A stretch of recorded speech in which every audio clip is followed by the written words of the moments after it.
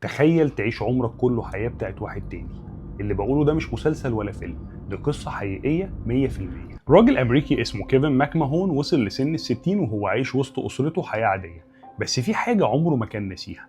عمره ما نسي إن جدته كانت دايما بتقول لأبوه إن هي عمرها ما حست إن هو واحد منهم، وفي نفس الوقت هو كمان كان حاسس إحساس غريب إن هو واحد غريب عنهم برضه. وفي يوم من الأيام كيفن قرر ياخد أجرأ قرار في حياته، وراح يعمل تحليل DNA عشان يستريح. بس النتيجة كانت صدمة.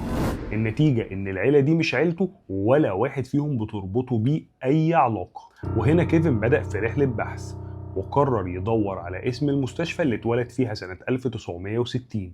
ولما دور أكتر عرف إن في غلطة حصلت في المستشفى وفي طفلين اتبدلوا مكان بعض. كيفن رفع قضية على المستشفى، بس بعد 60 سنة تفتكر إيه اللي ممكن يعوض العمر اللي راح؟ بس يا سيدي، وكده يبقى خلص الكلام. سلام.